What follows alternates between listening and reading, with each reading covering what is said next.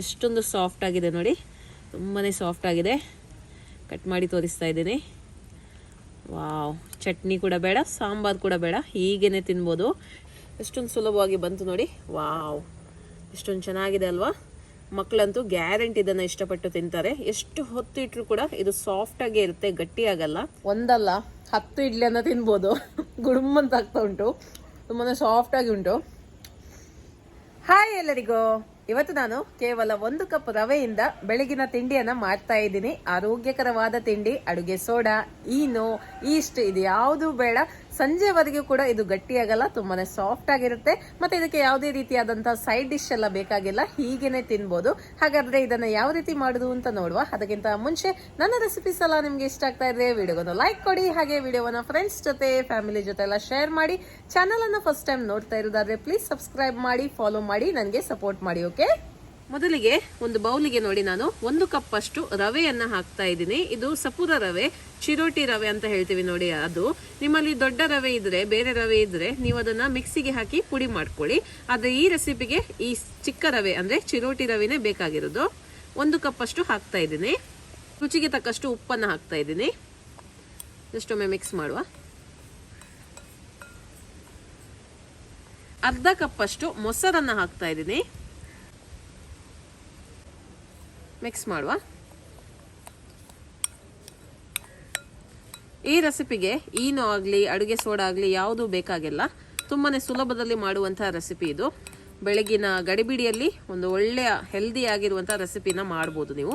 ನೋಡಿ, ಒಳ್ಳೆ ರೀತಿಯಲ್ಲಿ ಮೊಸರು ಹಾಗೆ ರವೆ ಮಿಕ್ಸ್ ಆಗಿದೆ. ಈಗ ಇದಕ್ಕೆ ಸ್ವಲ್ಪ ಸ್ವಲ್ಪನೇ ನೀರನ್ನ ಹಾಕಿ ಒಂದು ಬ್ಯಾಟರ್ ಅನ್ನ ರೆಡಿ ಮಾಡುವ.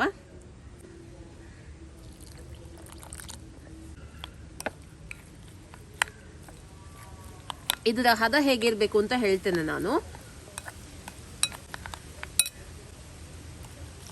ಸುಮಾರು ಈಗ ನಾನು ಅರ್ಧ ಕಪ್ ಅಷ್ಟು ನೀರು ಹಾಕಿದ್ದೀನಿ. ಕರೆಕ್ಟಾಗಿ ಎಷ್ಟು ನೀರು ಬೇಕು ಅಂತ ಹೇಳ್ತೇನೆ ನಿಮಗೆ. ನೋಡಿ, ಸುಮಾರು 3/4 ಕಪ್ ಅಷ್ಟು ನೀರನ್ನ ಹಾಕಿದ್ದೀನಿ. ನೋಡಿ, ಈ ಹದದಲ್ಲಿ ಉಂಟು. ಇದನ್ನ ಸುಮಾರು ಒಂದು 15 ನಿಮಿಷ ನಾವು ಹೀಗೇನೆ ಇಡುವ. ರವೆ ಇನ್ನೂ ಕೂಡ ನೀರನ್ನ ಹೀರ್ಕೊಳ್ಳುತ್ತೆ. ಮತ್ತೆ ನಾವು ನೀರು ಬೇಕಿದ್ರೆ ನೋಡ್ಕೊಂಡು ಹಾಕಿದ್ರೆ ಆಯ್ತು. 15 ನಿಮಿಷ ಬಿಟ್ಟು ಮತ್ತೆ ನಾವು ನೋಡುವ ಇದರ ಹದ, ಆಯ್ತಾ? ಈಗ ಒಂದು 15 ನಿಮಿಷ ಹೀಗೇನೆ ಇರ್ಲಿ ಇದು. ಈಗ ಒಂದು ಮಸಾಲೆಯನ್ನು ರೆಡಿ ಮಾಡುವ. 2 ಚಮಚದಷ್ಟು ತೆಂಗಿನ ಎಣ್ಣೆಯನ್ನು ಹಾಕ್ತಾ ಇದ್ದೀನಿ. ಯಾವ ಎಣ್ಣೆ ಕೂಡ ಹಾಕ್ಬೋದು. 1 ಚಮಚದಷ್ಟು ಸಾಸಿವೆಯನ್ನು ಹಾಕ್ತಾ ಇದ್ದೀನಿ. ಈಗ ಇದಕ್ಕೆ 1 ಚಮಚದಷ್ಟು ಉದ್ದಿನ ಬೇಳೆಯನ್ನು ಹಾಕ್ತಾ ಇದ್ದೀನಿ. ಈಗ ಇದಕ್ಕೆ ಒಂದು ದೊಡ್ಡ ಈರುಳ್ಳಿಯನ್ನು ಹಾಕ್ತಾ ಇದ್ದೀನಿ.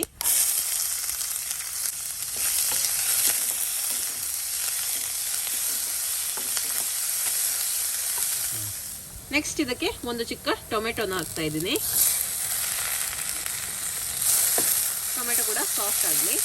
1 ಟೀ ಸ್ಪೂನ್ ಅಷ್ಟು ಶುಂಠಿ ಬೆಳ್ಳುಳ್ಳಿ ಪೇಸ್ಟ್ ಅನ್ನು ಹಾಕ್ತಾ ಇದ್ದೀನಿ. ನೋಡಿ, ಟೊಮೆಟೊ ಕೂಡ ಸಾಫ್ಟ್ ಆಗಿದೆ. ಈಗ ಅರ್ಧ ಟೀ ಸ್ಪೂನ್ ಅಷ್ಟು ಖಾರದ ಪುಡಿಯನ್ನ ಹಾಕ್ತಾ ಇದ್ದೀನಿ. 1 ಟೀ ಸ್ಪೂನ್ ಅಷ್ಟು ಸಾಂಬಾರ್ ಮಸಾಲವನ್ನ ಹಾಕ್ತಾ ಇದ್ದೀನಿ. ಇದು ಇಲ್ಲ ಅಂದ್ರೆ ನೀವು ಅಚ್ಕಾರದ ಪುಡಿ ಹಾಗೂ ಗರಂ ಮಸಾಲ ಪುಡಿ 1 ಚಮಚ ಹಾಕಿದ್ರೆ ಆಯ್ತು. ಇದ್ರೆ ಇದೇ ಹಾಕಿಕೊಳ್ಳಿ, ಅಥವಾ ಇದರ ಬದಲಿಗೆ ನೀವು ಮ್ಯಾಗಿ ಮಸಾಲವನ್ನ ಕೂಡ ಹಾಕ್ಬೋದು.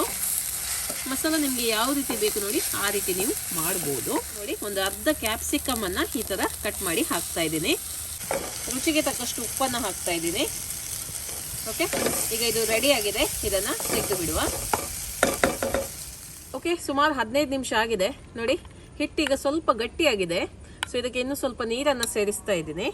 ಇನ್ನು 1/4 ಕಪ್ ಅಷ್ಟು ನೀರನ್ನು ಹಾಕ್ತಾ ಇದ್ದೀನಿ. ಓಕೆ, ಇಷ್ಟು ನೀರು ಹಾಕಿದ್ರೆ ಸಾಕು. ಸೊ ಓವರ್ ಆಲ್ ನಾನು 1 ಕಪ್ ನೀರನ್ನು ಹಾಕಿದ್ದೀನಿ. ನೋಡಿ, ಈ ತರ ತುಂಬಾ ತೆಳು ಕೂಡ ಅಲ್ಲ, ತುಂಬಾ ಗಟ್ಟಿ ಕೂಡ ಅಲ್ಲ, ಈ ಹದದಲ್ಲಿ ಇದ್ರೆ ಸಾಕು.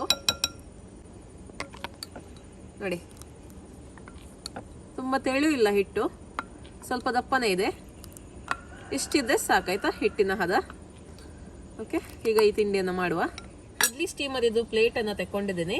ಈಗ ಇದಕ್ಕೆ ಸ್ವಲ್ಪ ಎಣ್ಣೆಯನ್ನ ಹಾಕುವ. ನಿಮ್ಮ ಹತ್ರ ಇಡ್ಲಿ ಸ್ಟೀಮರ್ ಇಲ್ಲದಿದ್ರೆ ಕೂಡ ಇದನ್ನ ಮಾಡಬಹುದು. ಓಕೆ, ಒಂದು ಪಾತ್ರೆಯಲ್ಲಿ ನೀರನ್ನ ಇಟ್ಟು ಅದರ ಮೇಲೆ ಒಂದು ಸ್ಟ್ಯಾಂಡ್ ಅನ್ನ ಇಟ್ಟು ಕೂಡ ಆ ರೀತಿ ಕೂಡ ಮಾಡಬಹುದು. ಓಕೆ, ಒಳ್ಳೆ ರೀತಿಯಲ್ಲಿ ಈ ತರ ಎಣ್ಣೆಯನ್ನು ಹಾಕುವ. ಬಟ್ ಸಾಮಾನ್ಯವಾಗಿ ಎಲ್ಲರ ಮನೆಯಲ್ಲಿ ಇಡ್ಲಿ ಸ್ಟೀಮರ್ ಇದ್ದೇ ಇರುತ್ತೆ. ಬಟ್ ಯಾರ ಮನೆಯಲ್ಲಿ ಇಲ್ಲ ಅಂತವ್ರು ಒಂದು ಪಾತ್ರೆಯಲ್ಲಿ ನೀರು ಹಾಕಿ ಒಂದು ಸ್ಟ್ಯಾಂಡ್ ಇಟ್ಟು ಅದ್ರ ಮೇಲೆ ನೀವು ಮಾಡ್ಬೋದು. ಈಗ ರೆಡಿ ಮಾಡಿಟ್ಟಿರುವಂತಹ ಮಸಾಲೆಯನ್ನ 1 ಚಮಚದಷ್ಟು ಇದಕ್ಕೆ ಹಾಕ್ತಾ ಇದ್ದೀನಿ. ಜಾಸ್ತಿ ಬೇಡ, 1 ಚಮಚ ಹಾಕಿದ್ರೆ ಆಯ್ತು. ಈ ತಿಂಡಿಗೆ ನಿಮ್ಗೆ ಎಕ್ಸ್ಟ್ರಾ ಚಟ್ನಿ ಆಗ್ಲಿ ಸಾಂಬಾರ್ ಆಗ್ಲಿ ಮಾಡುವಂತ ಅವಶ್ಯಕತೆ ಇಲ್ಲ, ಹೀಗೇನೆ ತಿನ್ಬೋದು. ಈಗ ಹಿಟ್ಟನ್ನ ಹಾಕುವ. 1 ಸ್ಪೂನ್ ಹಿಟ್ಟು ಹಾಕಿದ್ರೆ ಆಯ್ತು.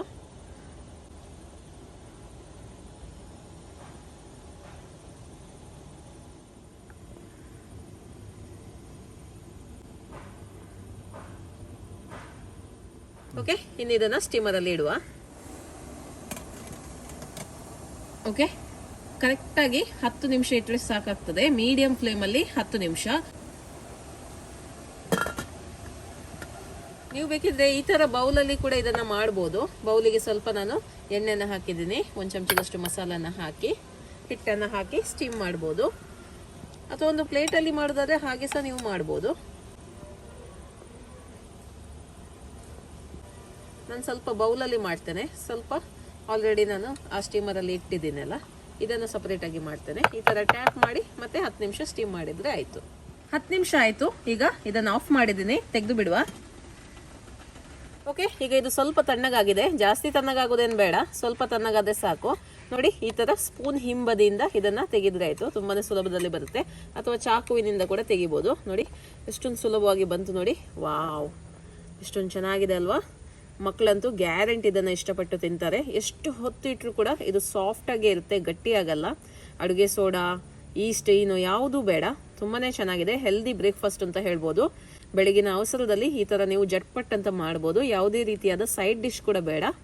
ತುಂಬಾನೇ ಚೆನ್ನಾಗಿದೆ ಅಲ್ವಾ? ಅಷ್ಟೊಂದು ಸಾಫ್ಟ್ ಆಗಿದೆ ನೋಡಿ, ತುಂಬಾನೇ ಸಾಫ್ಟ್ ಆಗಿದೆ. ಕಟ್ ಮಾಡಿ ತೋರಿಸ್ತಾ ಇದ್ದೀನಿ.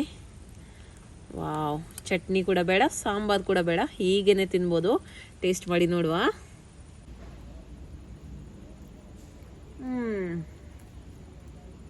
ಒಂದಲ್ಲ 10 ಇಡ್ಲಿಯನ್ನ ತಿನ್ಬೋದು. ಗುಡುಮ್ಮಂತ ಆಗ್ತಾ ಉಂಟು. ತುಂಬಾನೇ ಸಾಫ್ಟ್ ಆಗಿ ಉಂಟು. ಬಾಯಿಗೆ ಹಾಕಿದ ತಕ್ಷಣ ಕರಗೋಗುತ್ತೆ, ಆ ಥರ ಉಂಟು. ಅಷ್ಟೊಂದು ಸಾಫ್ಟ್ ಆಗಿದೆ.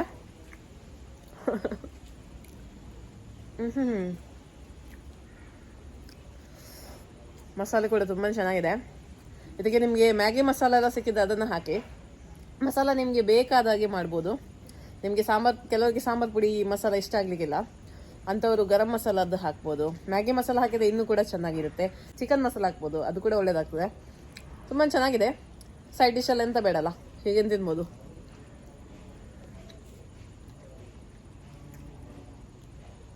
ನೀವು ಕೂಡ ಇದೇ ರೀತಿ ಬೆಳಗಿನ ಅವಸರದ ತಿಂಡಿಯನ್ನು ಮಾಡಿ ನಿಮ್ಮ ಅಭಿಪ್ರಾಯವನ್ನು ನನಗೆ ತಿಳಿಸಿ. ಓಕೆ, ಬಾಯ್.